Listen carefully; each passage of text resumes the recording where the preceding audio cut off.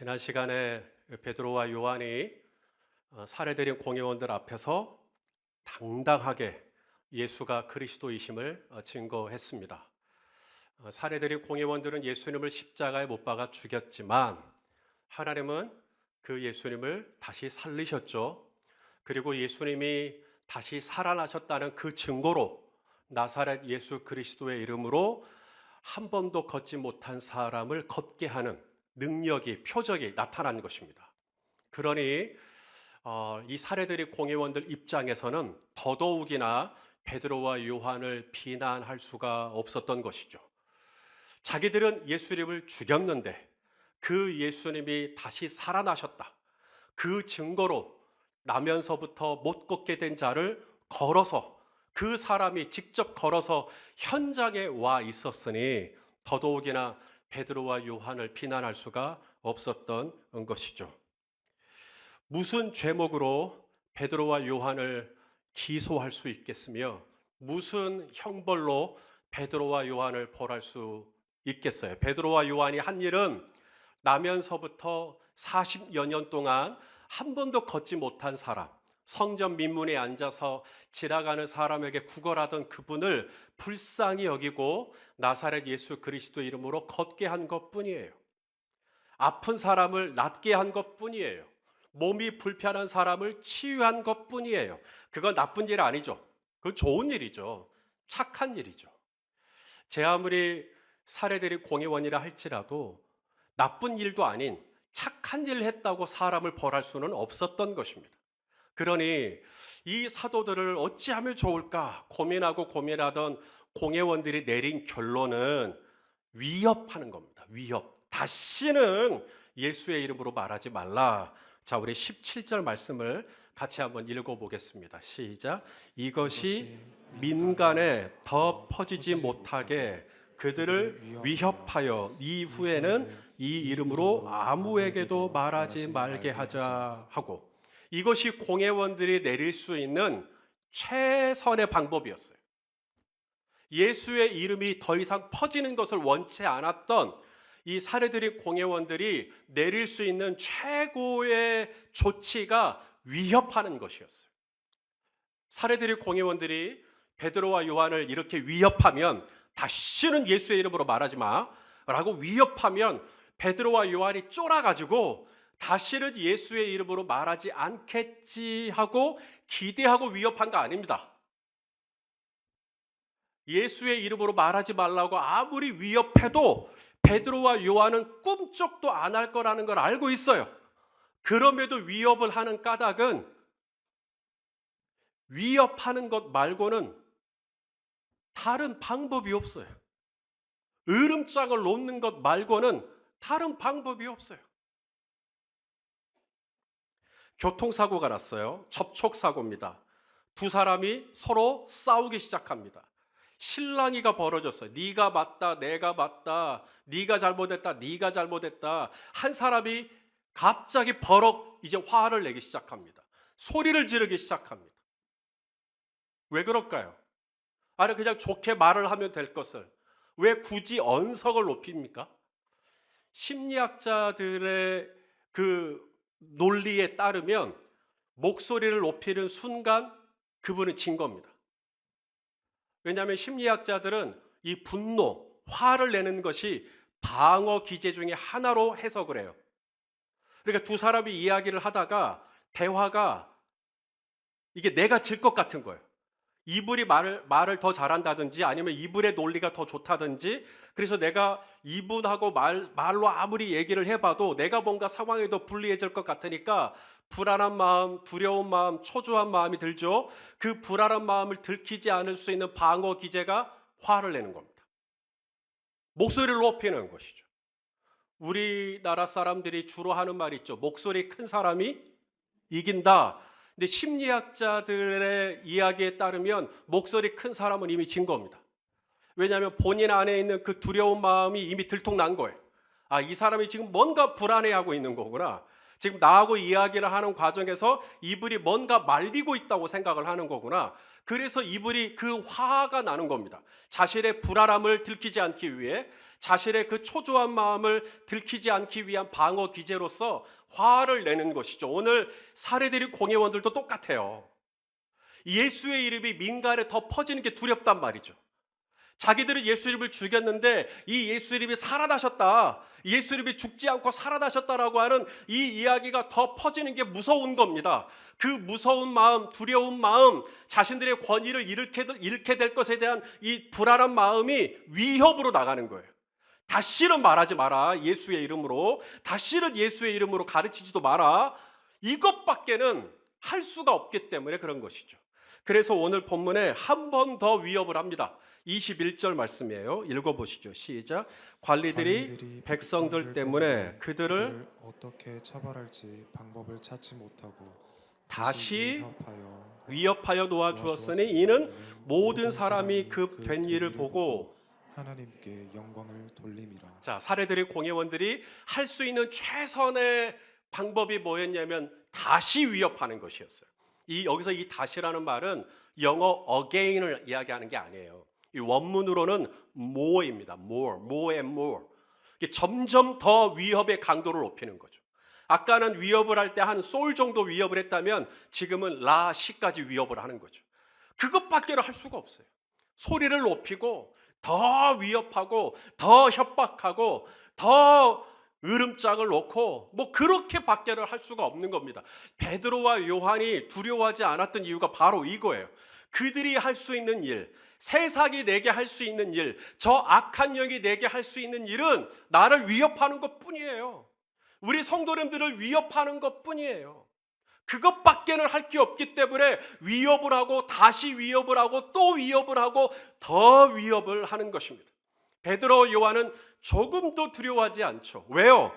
사례들이 공회원들이 아무리 예수님을 죽였잖아요. 그 모든 과정을 다 봤거든요.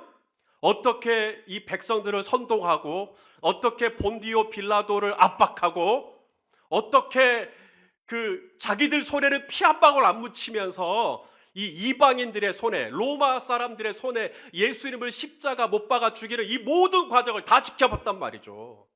예전에는 그들이 위협하면 베드로와 요한은 무서워했어요. 그들이 위협하니까 예수님 모른다고 했고, 그들이 위협하니까 사방의 문들을 걸어 잠갔고. 그런데 이제는 아니에요. 그들이 그렇게 아무리 위협하고 예수님을 십자가에 못 박아 죽였어도 우리 하나님이 예수님을 다시 살려내셨어요. 베드로와 요한은 이걸 안 겁니다. 저들이 나를 위협하고 다시 위협하고 그래서 나를 죽여도 하나님이 나를 살리시기로 결정하셨으면 나는 반드시 살 수 있다. 나는 절대 이 죽음 앞에 무너지지 않는다라는 걸 베드로와 요한이 알아버린 겁니다. 사례들이 공회원들의 패를 이미 베드로와 요한은 다 꿰뚫었어요. 저들이 또 위협하겠지. 저들이 나를 더 위협하겠지. 하지만 그들이 아무리 위협해도 나의 목숨과 나의 생명은 하나님 아버지의 것이다. 저 사람이 우리 예수님을 아무리 죽이려고 해도 우리 하나님이 예수님을 살려주신 것처럼 저들이 아무리 나를 위협한다 할지라도 그 아들 예수 그리스도를 죽은 자 가운데 살리신 하나님의 능력, 그 아들 예수 그리스도를 저 어둠과 사막의 권세에서 끌어내시고 구원시키신 하나님의 능력에 비하면 사례들인 공회원들은 아무것도 아니라는 것을 베드로와 요한은 알아버린 것이요. 공포 영화를 결론을 알고 보면 별로 안 무서워요. 사례들이 공회원들이 아무리 그렇게 위협을 해도 이미 예수님의 부활을 목격해버린 베드로와 요한은 하나도 무섭지가 않은 것입니다. 저들이 나를 어떻게 해서 나를 거의 죽이려고 한다 할지라도 하나님이 나와 함께 하시면 나는 아무렇지 않을 수 있다라는 걸 베드로와 요한은 확신해 버린 것이죠. 신 바벨론 제국의 두 번째 왕이었던 느부갓네살 왕이 금신상을 만들었죠. 그리고 이거에 절을 하지 않으면 풀무불에 던져 넣겠다고 했죠. 하지만 다니엘의 세 친구들은 절하지 않았습니다. 위협을 합니다. 절해라, 못합니다. 절해라, 못합니다. 더 위협을 하죠. 7배나 뜨겁게 했어요. 아니 7배가 아니라 70배, 700배를 뜨겁게 해보십시오. 다니엘의 세 친구들은 풀무불의 그 뜨거운 온도에 절대 주눅들지 않습니다. 그리 아니하실지라도 우리는 절하지 않겠습니다. 다니엘과 세 친구들은 느부갓네살 왕이 가지고 있는 그런 왕이라고 하는 어떤 권세, 그가 가지고 있는 어떤 군사력, 이런 것에 전혀 두려워하지 않아요. 왜요? 다니엘은 다른 대상을 두려워합니다. 느부갓네살이 두려운 게 아니라 다니엘은 하나님을 두려워하고 하나님을 경외하는 사람들이죠. 우리 예수님의 말씀을 한번 읽어보시죠. 마태복음 10장 28절입니다. 시작. 몸은 죽여도 영혼은 죽이지 못하는 자들을 두려워하지 말고 오직 몸과 영혼을 능히 지옥에 멸하실 수 있는 이를 두려워하라. 여러분 잘 보세요. 몸은 죽여도 영혼은 능히 죽이지 못하는 자들, 이들이 누굴까요? 사람입니다. 이들이 바로 사례들이 공예예요. 몸은 죽여도 영혼은 죽일 수 없는 자들, 느부갓네살입니다. 나를 풀무불에 넣으면 내 몸은 죽어도 내 영혼은 죽지 않죠. 다니엘의 세 친구들이 두려워한 것은 느부갓네살이 아닙니다. 베드로와 요한이 두려워한 것은 사례들의 공예원들이 아닙니다. 그들은 몸은 죽여도 영혼은 능히 죽일 수 없는 사람 두려워하지 않습니다. 그들이 두려워하는 대상은 따로 있어요. 바로 몸과 영혼을 능히 지옥에 멸하실 수 있는 하나님. 몸과 영혼을 능히 지옥에 멸하실 수 있는 하나님이 두려운 것이죠. 내가 누구를 더 두려워하느냐에 따라서 덜 두려워하는 대상이 구별되는 것이죠. 여러분, 사람은 예수님을 죽여도 하나님은 그 예수님을 살리십니다. 사람은 풀무불에 넣어도 하나님은 풀무불 속에서 다니엘의 친구들이 전혀 불에 사르지 못하도록, 머리카락 하나 그을리지 못하도록 하나님이 지키신 것을 믿으십니까? 사람은 다니엘을 사자굴에 넣었지만 하나님은 사자의 입을 이미 봉하셨죠.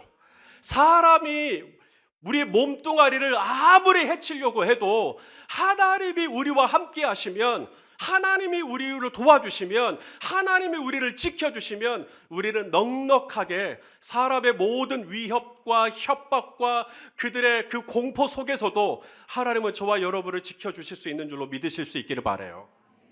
그래서 베드로와 요한은 두려워하지 않은 겁니다.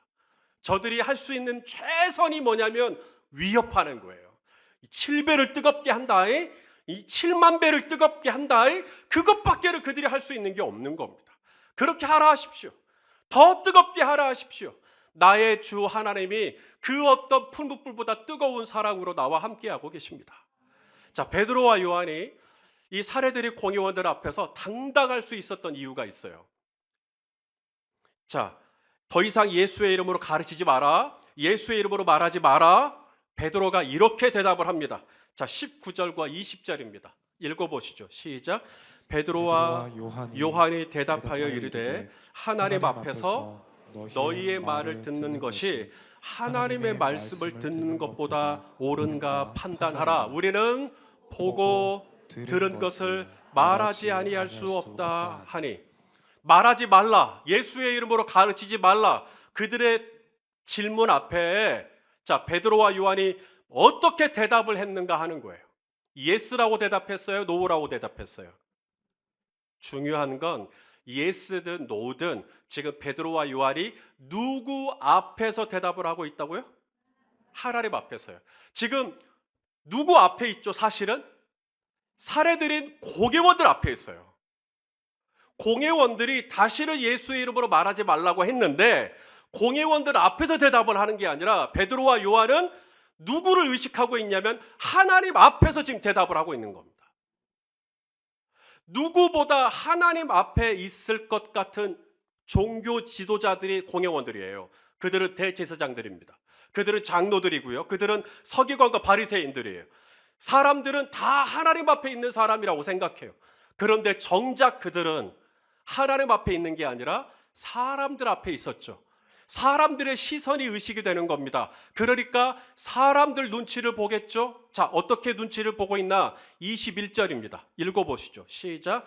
관리들이 백성들 때문에 그들을 어떻게 처벌할지 방법을 찾지 못하고 다시 위협하여 놓아주었으니 지금 이 관리들이, 이 의리의리한 공회원들이 누구 눈치를 보고 있어요? 사람들 눈치를 보고 있죠. 하나님 앞에 있어야 할 그들이 사람 앞에 있는 겁니다. 반면에 베드로와 요한은 사람 앞에 있지만 다시는 예수의 이름으로 말하지 말라라고 하는 그들의 요구 앞에 내가 이걸 그렇게 하겠다고 할까 말까, 예스라고 할까 노우라고 할까, 무엇이 옳지, 예스가 옳으나 노우가 옳으나, 그 기준이 어디 있냐면 공회원들이 아니었어요. 사람이 아니었어요. 여러분, 판단을 할 때 무엇이 옳은지 무엇이 그른지 판단을 할 때 하나님 앞에서 해보세요. 하나님이라면 어떻게 하실까? 하나님이라면 무엇을 기뻐하실까? 베드로와 요한은 공회원들 앞에서 대답을 한 게 아니라 하나님 앞이다 생각하니까 너무나 무슨 대답을 해야 할지가 자명해진 겁니다. 고민할 필요가 없는 거예요. 하나님 앞에서 생각해 보니까. 이 하나님 앞에서라는 말이 원어로 the sight of God, 하나님의 눈앞이에요. 하나님이 지켜보는 앞에서, 하나님의 시선 앞에서, 하나님의 면전 앞에서 대답을 한 겁니다. 예스든 노든 사람 앞에서, 부모님 앞에서, 친구 앞에서, 직장 동료 앞에서, 목장원들 앞에서가 아니라 하나님 앞에서 한번 해보세요. 하나님 앞에서 이 질문에 대한 답을 하려고 하면 무엇이 옳은가가 더 드러날 겁니다. 베드로와 요한은 이 공회원들 앞에 있지만 대답을 할 때 하나님이 지금 나를 보고 계신다, 이 생각이요. 하나님이 지금 내가 뭐라고 대답할지 지금 다 보고 계신다, 하나님의 이 시선을 의식한 겁니다. 그러니까 두려워하지 않는 것이죠. 공회원들이 원하는 대답을 해주지 않아요. 아니, 우리는 예수의 이름으로 말할 것이요, 우리는 예수의 이름으로 가르칠 것이요, 우리는 당신의 말 듣는 것보다 하나님의 말씀을 듣는 것이 더 옳다고 생각하기 때문이요, 우리는 보고 들은 것을 말하지 아니할 수 없어. 이 모든 대답은 하나님 앞에 있으니까 대답이 분명해진 것이에요. 이 세상은 이런 하나님 앞에서라고 하는 이 기준이 없어요. 예수님을 믿지 않기 때문에 그들은 하나님 앞에서라고 하는 시선을 갖지를 못합니다. 가질 수가 없어요. 하나님 앞에서 하라고 그러면 이 바깥에 있는 분들은 그게 뭔지 감도 안 와요. 그래서 그분들은 하나님 앞에서라고 하는 이 기준이 없으니까요, 그들에게 중요한 건 사람 앞에서예요. 그러니까 사람이 본다 그러면 죄책감이 있고요, 사람이 안 봤잖아요, 그럼 죄책감이 없습니다. 이게 세상이에요. 세상은 사람의 시선 앞에 있기 때문에 누가 이걸 봤냐, 누가 이걸 들었냐가 굉장히 중요해요. 하지만 예수 믿는 저와 여러분은, 하나님을 아빠 아버지라 부르는 저와 여러분은 세상이 알 수 없는, 세상이 가질 수 없는 또 하나의 영적인 시선이 있죠. 사람 앞이 아니라 하나님 앞이라고 하는 영적인 시선이 있습니다. 그래서 사람이 없어도 우리는 하나님 앞에 있기 때문에 무엇이 옳은가가 드러나는 것이에요. 보는 사람이 없고 내 이야기를 들어주는 사람도 없고 여기 아무도 나를 아는 사람이 없지만 그럼에도 우리는 하나님 앞에 있기 때문에 우리는 또 다른 기준을 가지고 우리의 삶이 무엇이 옳은가가 거기서 결정이 되는 것이죠. 다윗이 골리앗 앞에 서죠. 그 조그마한 다윗이 그 장대 같은 골리앗 앞에 서요. 어떻게 이 조그마한 다윗이 그럴 수가 있죠? 하나님 앞에서요. 하나님이 지금 나를 보고 계신다. 하나님이 지금 나와 함께 하신다. 다윗에게 이 하나님 앞에서라고 하는 이 믿음이 없었으면 절대 골리앗 앞에 설 수가 없죠. 요셉이 자기를 노예로 팔아버린 형들이 있잖아요. 이 무자비한 형들을 용서합니다. 어떻게 자기를 노예로 판 형들을 용서합니까? 그렇게 용서할 수 있었던 이유는 하나님 앞에서. 사람 앞이면 절대 용서 못하죠. 근데 하나님 앞에서라고 하는 이 기준이 있다 보니까 형들을 용서하는 것이죠. 기드온이 13만 5천의 미디안 대군과 싸울 때 기드온과 함께했던 군사의 수는 몇 명이었죠? 300명이었습니다. 어떻게 300명이 13만 5천을 싸웁니까? 근데 기드온이 나가서 싸워요. 그리고 이겨요. 이유는 하나님 앞에서.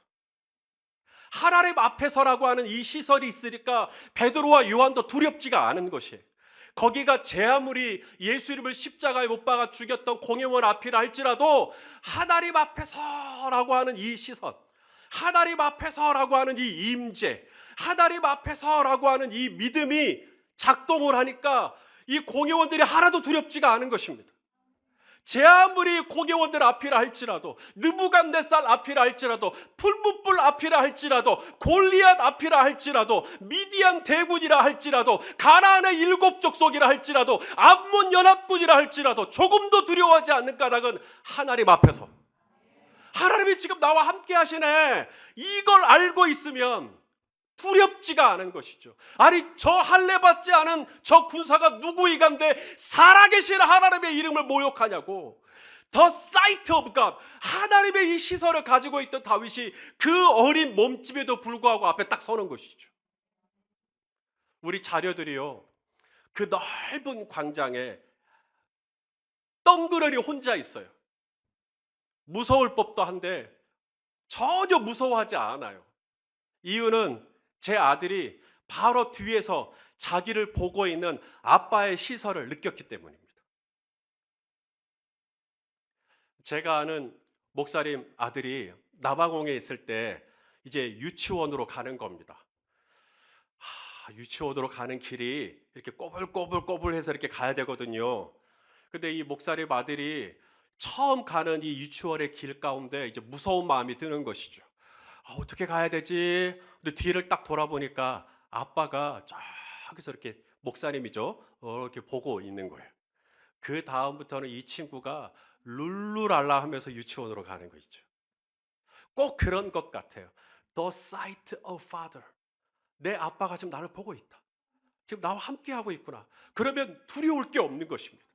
내 앞길, 내가 지금 가는 이 길이 한 번도 안 가본 길이라 할지라도, 우리 명성 형제가 지금 중국에 가죠. 내가 한 번도 안 가본 길을 간다 할지라도, 또 우리 또 군대에 가죠. 전혀 두려워하지 않을 것은 The sight of my father, 하나님이 내 아빠가 지금 나를 보고 있구나, 나와 함께하고 있구나, 이 시선을 가지고 있으면 우리 안에 있는 모든 두려움이 떠나게 될 줄로 믿습니다.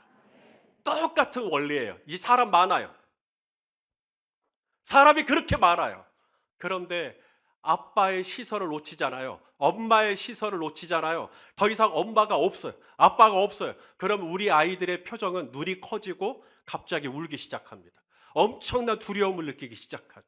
제 아무리 옆에 장난감이 많고 아는 사람이 많아도 아빠의 시선, 엄마의 시선을 놓쳐버린 이 아이는 세상에서 가장 두려운 것이죠. 오늘 우리 성도님들이 그렇게 두려워하는 까닭, 오늘 우리 성도님들이 지난밤에 잠을 제대로 못 이뤘던 까닭, 그 모든 이유는 The sight of God, 하나님 앞에서 이 시설을 다시 한번 믿음의 눈 들어 주를 바라보실 수 있기를 축복합니다.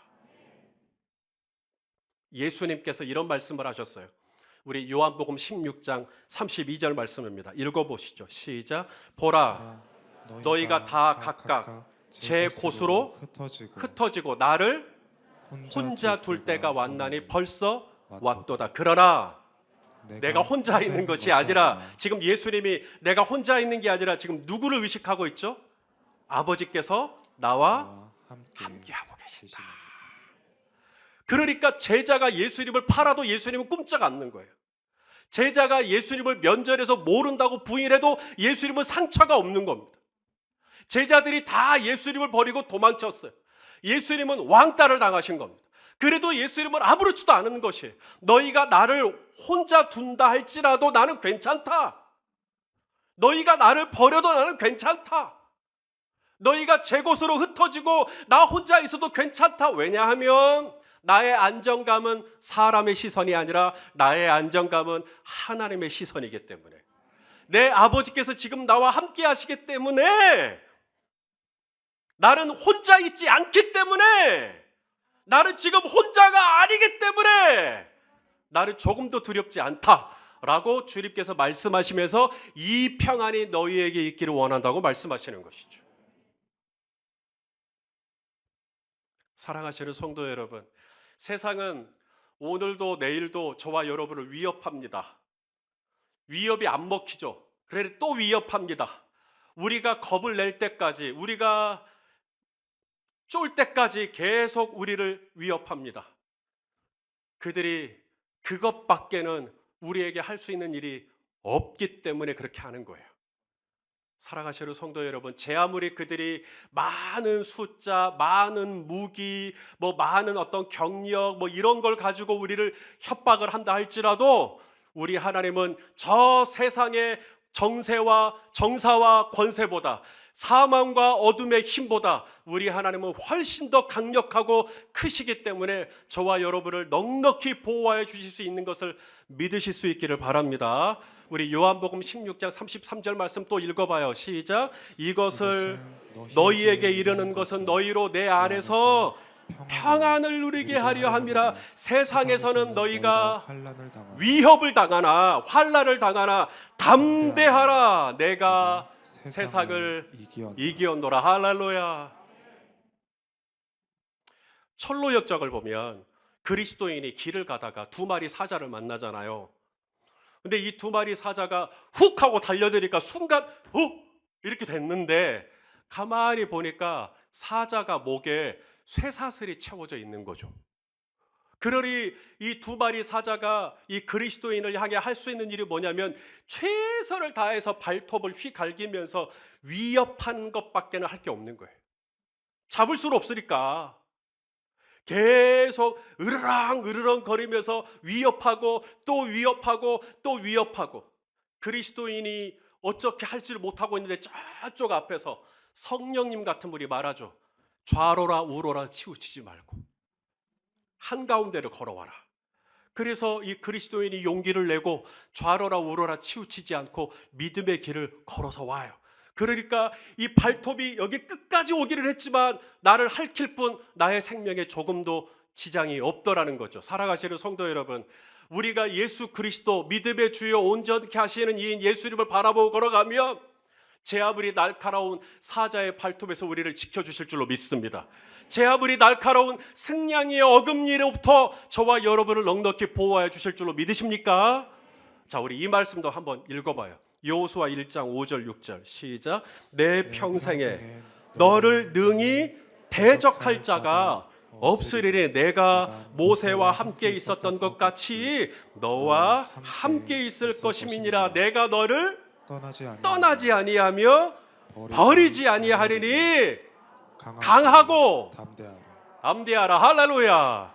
하나만 더 읽어요. 이사야 43장 2절 3절 시작. 내가 물 가운데로 지날 때 내가 너와 함께 할 것이라. 강을 건널 때 물이 너를 침몰하지 못할 것이며 네가 불 가운데로 지날 때 타지도 아니할 것이요 불꽃이 너를 사르지도 못하리니 대저 나는 여호와 내 하나님이요 이스라엘의 거룩한 이요 내 구원자임이라.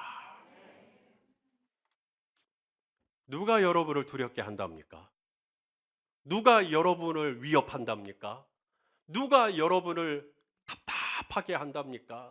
누가 여러분을 어수선하게 한답니까? 사랑하시는 성도 여러분, 예수 그리스도를 바라보실 수 있기를 축복합니다.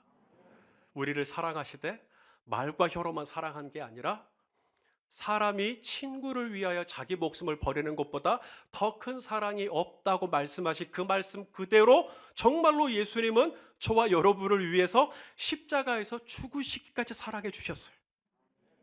그 예수님이 저와 여러분을 버려요? 그 예수님이 저와 여러분에게서 시선을 거둬요? 나를 위하여 하나밖에 없는 아들을 십자가에 내어주시기까지 사랑하신 그 하나님이 저와 여러분을 모른다 해요? 천만의 만만의 말씀. The sight of God. 하나님 앞에, 하나님의 시선 앞에, 하나님의 눈길은 지금도 저와 여러분을 바라보고 계셔요. 한 번도 우리를 떠난 적이 없어요. 우리가 뒤를 돌아 다시 한번 십자가를 바라보는 그 순간, 우리가 믿음의 눈을 들어 다시 한번 예수 그리스도를 바라보는 그 순간, 그 아들을 내어주시기까지 사랑해 주신 하나님 아버지의 사랑을 다시 한번 확인하는 그 순간, 저와 여러분 안에 있던 그 모든 두려움은 떠날 것이며 세상이 알 수 없는 평안이 저와 여러분의 심령에 가득하게 될 것입니다. 우리를 다시 찬양하게 될 것이며 우리를 다시 기도하게 될 것이며 우리를 다시 하나님 앞에서 춤을 출 수 있게 될 줄로 믿습니다. 모든 두려움은 떠나게 될 줄로 믿습니다. 자, 우리 말씀을 또 읽어요. 시편 3편 6절입니다. 시작. 천만인이 나를 애워싸 진친다 하여도 나는 두려워하지 아니하리이다. 이 시편 3편은 누구의 시일까요? 여러분이 잘 아는 분이에요. 다윗입니다. 여러분, 얼마나 많은 사람들이 다윗 죽이려고 그랬어요. 하지만 다윗이 죽었어요? 안 죽었어요? 다윗 안 죽어요. 왜요? 하나님 앞에 있기 때문에. 하나님이 다윗을 지키시고 있어요. 생명싸개로 다윗을 지키시고 있어요. 그러니 사울 왕이 그렇게 죽이려고 했지만 번번이 실패합니다. 세상이 우리에게 할 수 있는 건 위협이에요. 천만인이 나를 애워싸 친칠지라도 성도 여러분, 쫄지 마세요. 하나님 앞에서 하나님의 시선이, 하나님의 눈길이 우리 윤영철 집사님을 한 번도 떠난 적이 없다는 걸 믿으실 수 있기를 축복합니다. 자, 하나 더 읽어요. 시편 118편 10절 12절. 118편은 무명이에요. 저자가 누군지 몰라요. 자, 시인의 고백입니다. 읽어보시죠. 시작. 문나라가 나를 애워쌌으니 내가 여호와의 이름으로 그들을 끊으리로다. 그들이 나를 애워싸고 또 애워쌌으니 내가 여호와의 이름으로 그들을 끊으리로다. 그들이 벌들처럼 나를 애워쌌으나 가시덤불에 불같이 다 없어졌나니 내가 여호와의 이름으로 그들을 끊으리로다. 내가 나사렛 예수 그리스도 이름으로 끊으리로다. 그 말이에요. 지금 나를 두렵게 하는 것이 무엇이냐? 내가 예수 그리스도 이름으로 너희를 끊노라. 나를 무섭게 하는 너희는 무엇이냐? 내가 예수의 이름으로 너희를 끊노라. 나를 잠 못 들게 하는 너희는 무엇이냐? 내가 예수의 이름으로 너희를 끊노라. 이렇게 끊어버리시는 것이에요. 그 두려움의 사실을 끊어버리세요. 그 위협의 그 줄을 끊어버리시는 거죠. 여호와의 이름으로 끊으리로다. 사람의 시선이 저와 여러분의 안정감 아닙니다. 사람의 시선이 우리의 안정감이 되는 순간 우리는 계속 두려워요. 왜냐하면 사람은 변덕이 심하거든요. 오늘 내 옆에 있다가 내일은 나 모른다고 할 사람이에요.